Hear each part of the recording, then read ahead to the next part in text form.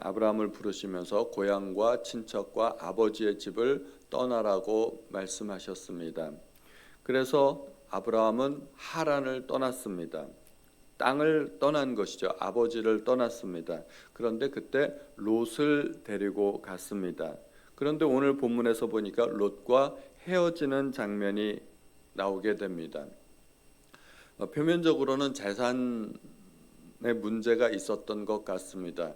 롯의 재산도 많아지고 아브라함의 재산도 많아지니까 서로 그 목자들이 다투기 때문에 목자들의 다툼은 결국 주인들의 다툼, 갈등으로 이어지지 않겠습니까? 그래서 이래서는 안 되겠다 해서 롯과 헤어지는 그런 장면이 나오게 됩니다. 어차피 롯과 헤어질 것이라면 처음부터 데리고 나오지 않았으면 좋았을 것을 하는 생각도 들게 됩니다. 그런데 아브라함은 하란을 떠날 때 굳이 롯을 꼭 데리고 나왔습니다. 왜 아브라함은 롯을 데리고 나왔을까요? 롯은 하란의 아들이죠. 그러니까 아브라함에게 있어서 조카가 되는 사람입니다. 롯의 아버지는 갈대아 우르에서 일찍 죽었습니다. 그런데 공교롭게 아브라함에게는 아들이 없었고 롯에게는 아버지가 일찍 죽었고, 그래서 롯이 어렸을 때부터 아마 아브라함이 키우지 않았을까 그렇게 생각이 됩니다. 그러니까 아브라함에게 있어서 롯은 실제로는 조카이지만 아들과 같은 존재이죠. 롯이 어렸을 때부터 거두어들여서 키워주었고, 또 아브라함은 롯에게 있어서 삼촌이나 작은아버지가 아니라 아버지 같은 그런 존재였을 것입니다.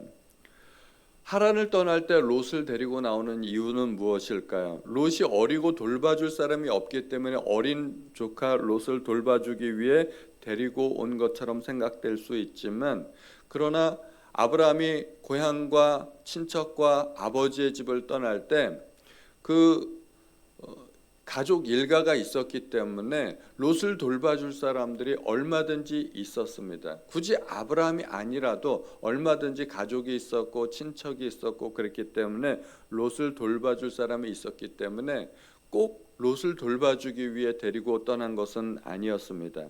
게다가 롯은 이미 어린아이가 아니었습니다. 롯이 아브라함과 헤어지는 장면에서 롯은 이미 자기 재산을 관리할 수 있을 정도로 성인이었습니다. 게다가 또 소돔과 고모라가 멸망할 당시에는 롯에게는 시집갈 만한 딸이 있었던 것이죠.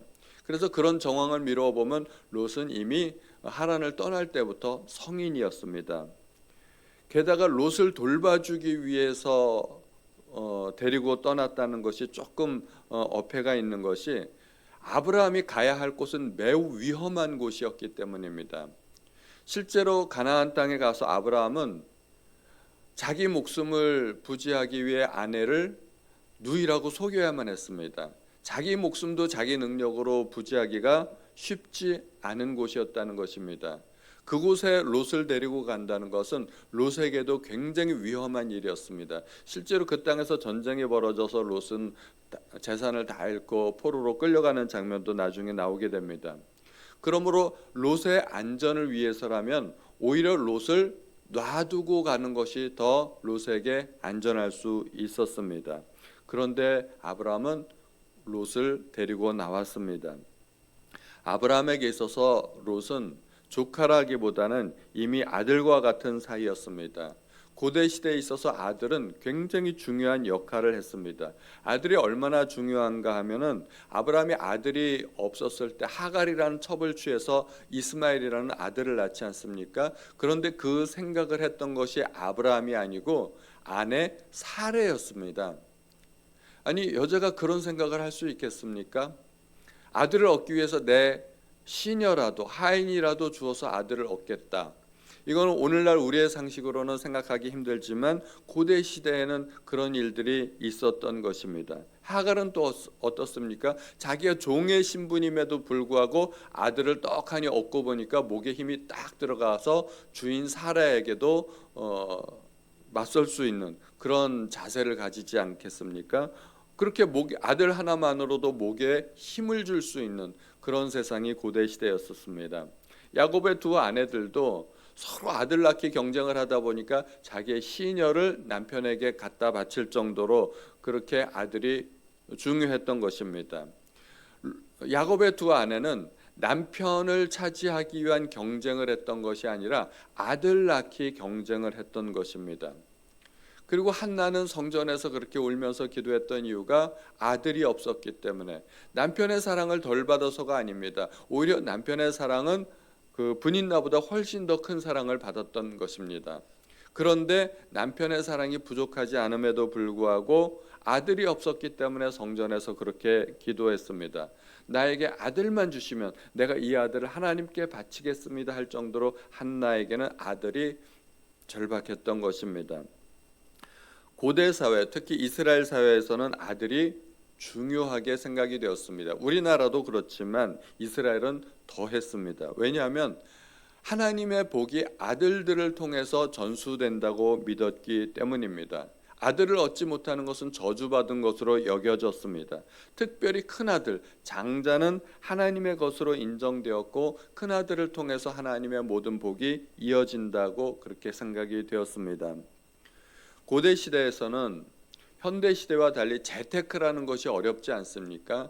요즘은 얼마든지 뭐 주식 투자라든가 부동산 투자를 통해서 재산을 증식하기도 하고 보존할 수도 있지만, 고대 시대에서는 재산이라는 게 땅 그리고 양떼, 그러니까 고대 시대에는 생계를 위한 수단이라는 것이 농경과 목축업입니다.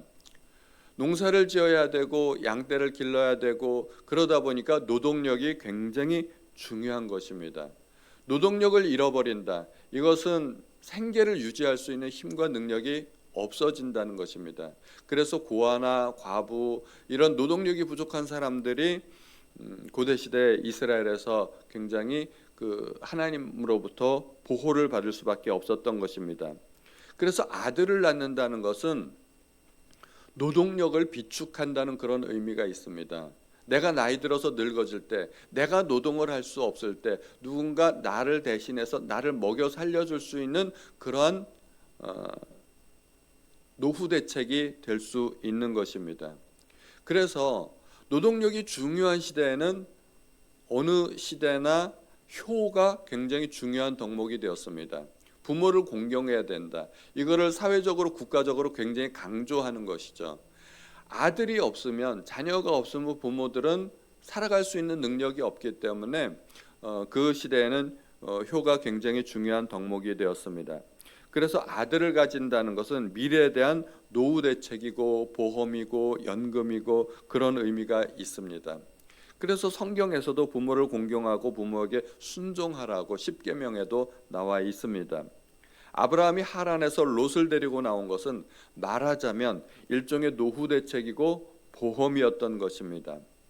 아브라함은 자기가 재산이 많아지면 그 재산을 물론 자식에게도 물려주어야 하지만, 아브라함의 노년에 믿을 만한 사람이라고는 아들처럼 여기고 키워주었던 롯밖에 없었던 것입니다. 그렇게 아들처럼 롯을 키워주고 롯을 데리고 나왔을 때 롯의 재산은 어디서 났겠습니까? 아브라함이 자기가 재산이 생길 때마다 일부 이건 네가 관리해라, 이거는 너 가져라 하고 일부 떼어주었지 않았겠습니까? 그래서 아브라함의 재산이 있고 롯의 재산이 따로 있었습니다.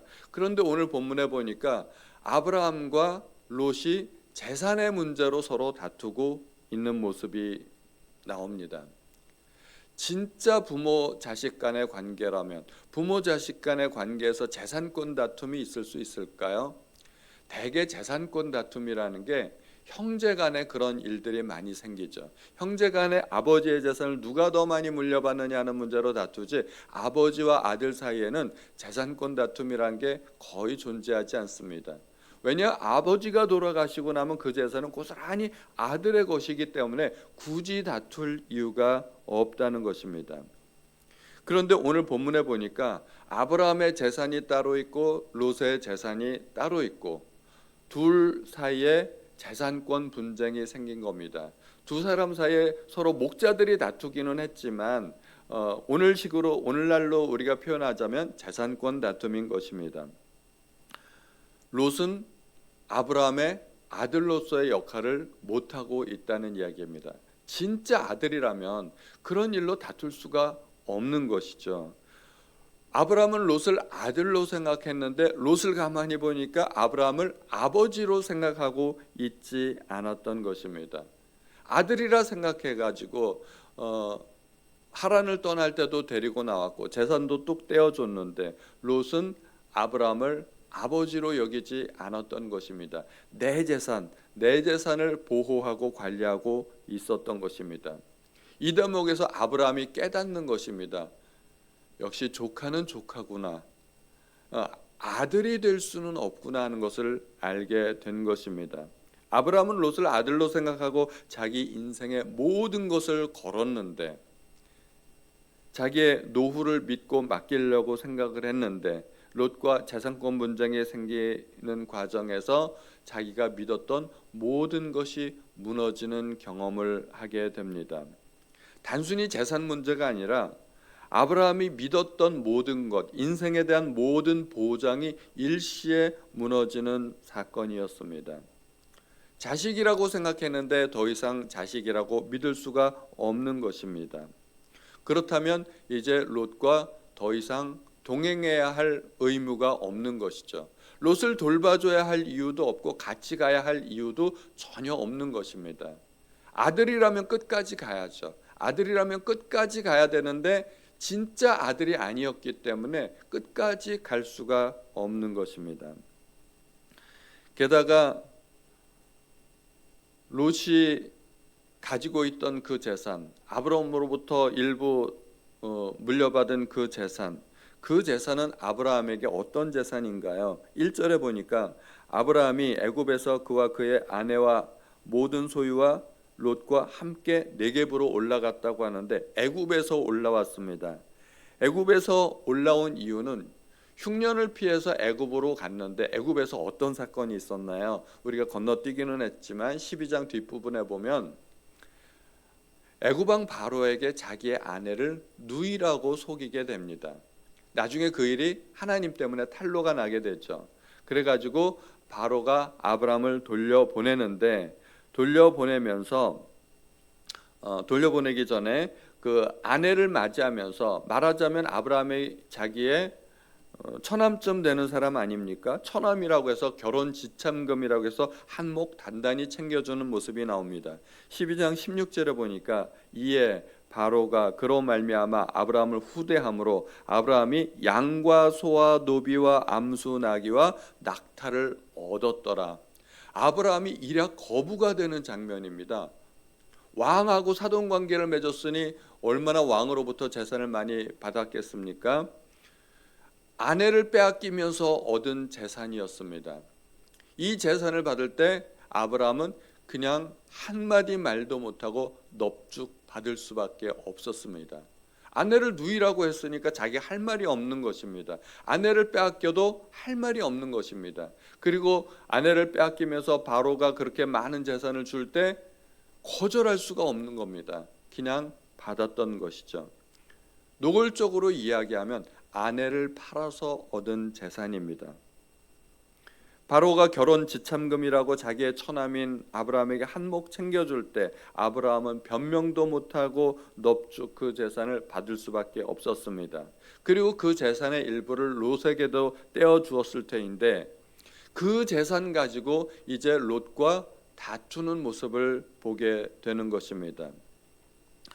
아내 팔아서 생긴 그 재산을 지키겠다고 조카와 아웅다웅하는 자신의 모습을 보면서 스스로에게 환멸을 느끼고 내가 이렇게까지 이 부끄러운 재산을 지켜야 되나, 그리고서 자기 자신에게 실망하고 조카와 헤어지는 것입니다. 그리고 네가 먼저 떠나라, 네가 좌하면 내가 우하겠고 네가 우하면 내가 좌하리라 하면서 조카를 떠나보내는 것입니다. 그런데 단순히 조카와 헤어지는 것이 단순히 그런 문제만 있는 것이 아닙니다. 아브라함은 바로의 궁전을 떠날 때 아주 중요한 경험을 하게 됩니다. 아브라함이 아내를 빼앗길 때 자기는 찍소리 한마디 못했고 조카 롯도 데리고 갔지만 조카도 아무런 도움이 되지 않았습니다. 그런데 바로에게 하나님께서 큰 재앙을 내리신 것을 보았습니다. 바로가 힘으로 빼앗았던 그 아브라함의 아내를 순순히 돌려주는 그 모습을 보게 됩니다. 하나님 때문에. 그때 아브라함은 비로소 하나님의 능력을 경험하게 됩니다. 바로보다 크신 하나님을 체험하게 됩니다. 하나님께서 역사하시니까 나는 한마디 말도 못했는데 그 한날의 왕이었던 바로가 하나님 앞에 항변도 못하고 자기의 아내를 도로 순순히 내어주는 그 모습을 보게 되는 것입니다. 바로라고 해봤자 하나님 앞에서는 정말 아무것도 아니구나 하는 것을 깨닫게 됩니다. 자기 목숨을 부지하기 위해서 아내를 누이라고 속여서 팔았지만 하나님은 더 강력한 힘으로 그 아내를 되찾아 주셨습니다. 아브라함이 경험한 것이 바로 그 하나님이었습니다. 아브라함이 누구를 의지해야 될까요? 지금까지는 아들이라고 여겼던 롯을 의지했습니다. 하란을 떠날 때 유일한 희망이었고 마지막까지 놓을 수 없는 최후의 보루가 롯이었습니다. 그런데 이제는 롯과 헤어지겠다는 결단을 합니다. 아브라함에게 있어서 마지막까지 붙들었던 그 끈을 놓는 것입니다. 더 이상 노후 대책을 의지하지 않겠다는 의미입니다. 더 이상 사람을 의존하지 않겠다는 뜻입니다. 마지막 희망이었던 연금이자 보험을 포기하는 것입니다. 롯을 포기하고 나니까 모든 것을 내려놓을 수 있었습니다. 땅에 대한 연연함도 포기하게 됩니다. 목축업을 하는 사람에게 맑은 시내가 있고 푸른 초장이 있는 땅은 얼마나 중요하겠습니까? 그러나 롯에게 땅을 양보함으로 한치의 망설임 없이 다 내려놓게 됩니다. 아브라함이 그렇게 내려놓을 수 있는 이유는 하나님을 체험했기 때문입니다. 나의 노후 대책이었던 롯까지 내가 포기하는 마당에 땅에 대한 연연함을 가질 이유가 없는 것 아니겠습니까?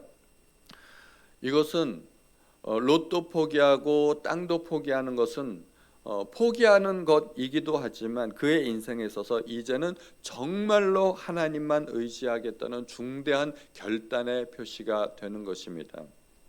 하나님께서 아브라함에게 고향과 친척과 아버지의 집을 떠나라고 했습니다.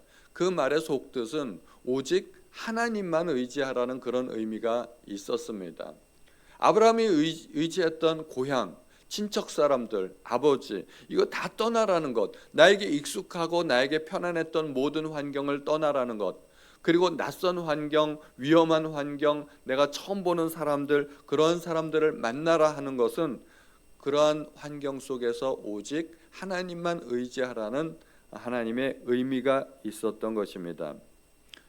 하나님은 그렇게 낯선 곳으로 아무런 보장도 없이 아브라함을 내보냈는데 하나님께서 그렇게 아브라함을 내보내실 때 보호해 주시지 않으시겠습니까? 그런데 아브라함은 떠날 때 롯을 데리고 떠났던 것입니다. 다 떠나야 했는데 사실은 롯을 떠나보낼 수 없었던 것입니다. 지금은 내가 이 땅과 고향과 친척을 떠날 수 있지만 내가 나이 들면, 내가 더 늙으면 그때는 어떻게 하나? 그때는 롯을 의지하겠다 그런 생각이 있었는데 그 생각은 포기할 수 없었던 것입니다. 롯은 아브라함에게 있어서 최후의 보루였습니다.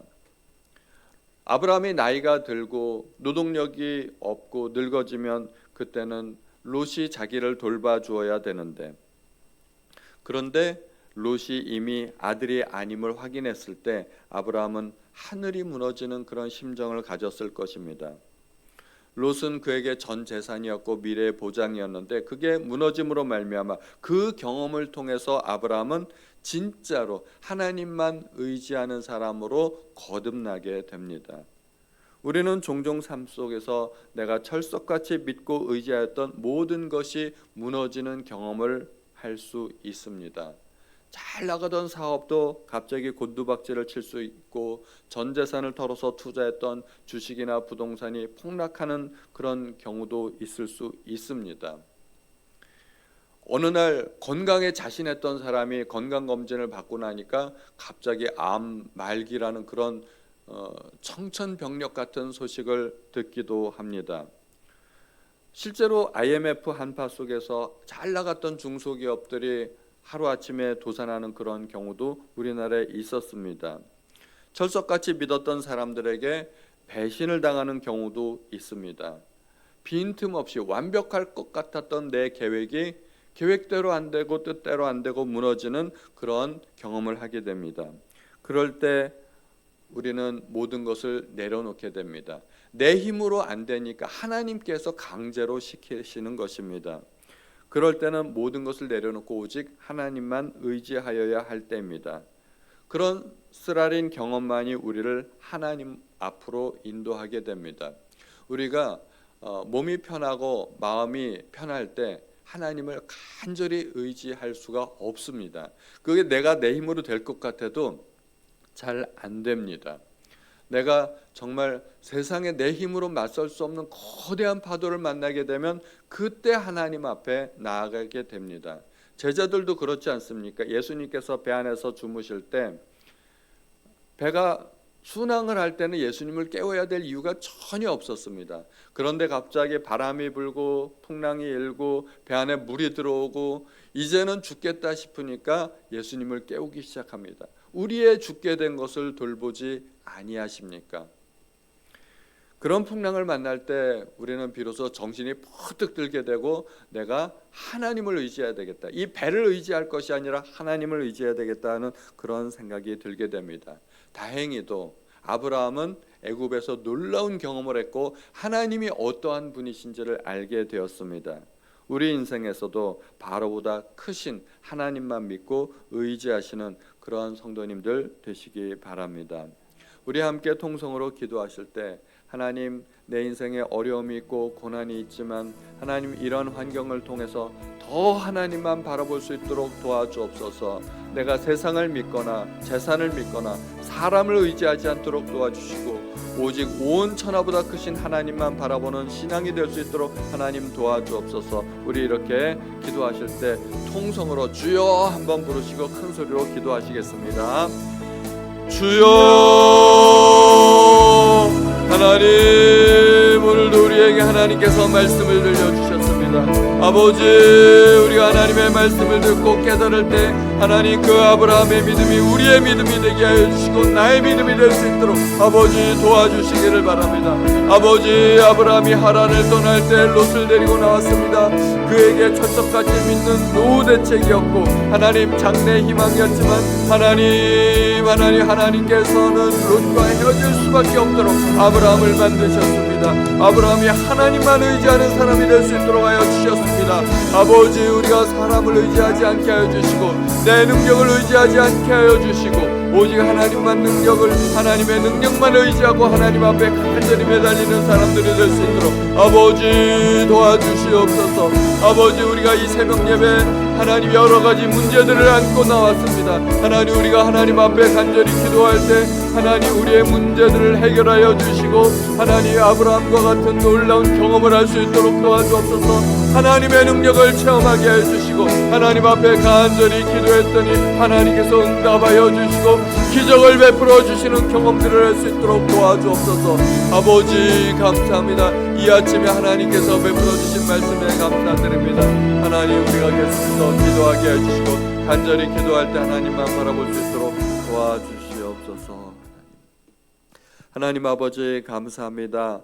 오늘도 아브라함이 롯과 헤어지는 장면에서 하나님만 의지하겠다는 그의 결단을 우리가 깨닫게 됩니다. 아버지, 우리도 그러한 결단을 할 수 있도록 도와주시고 믿음의 사람들이 될 수 있도록 도와주옵소서.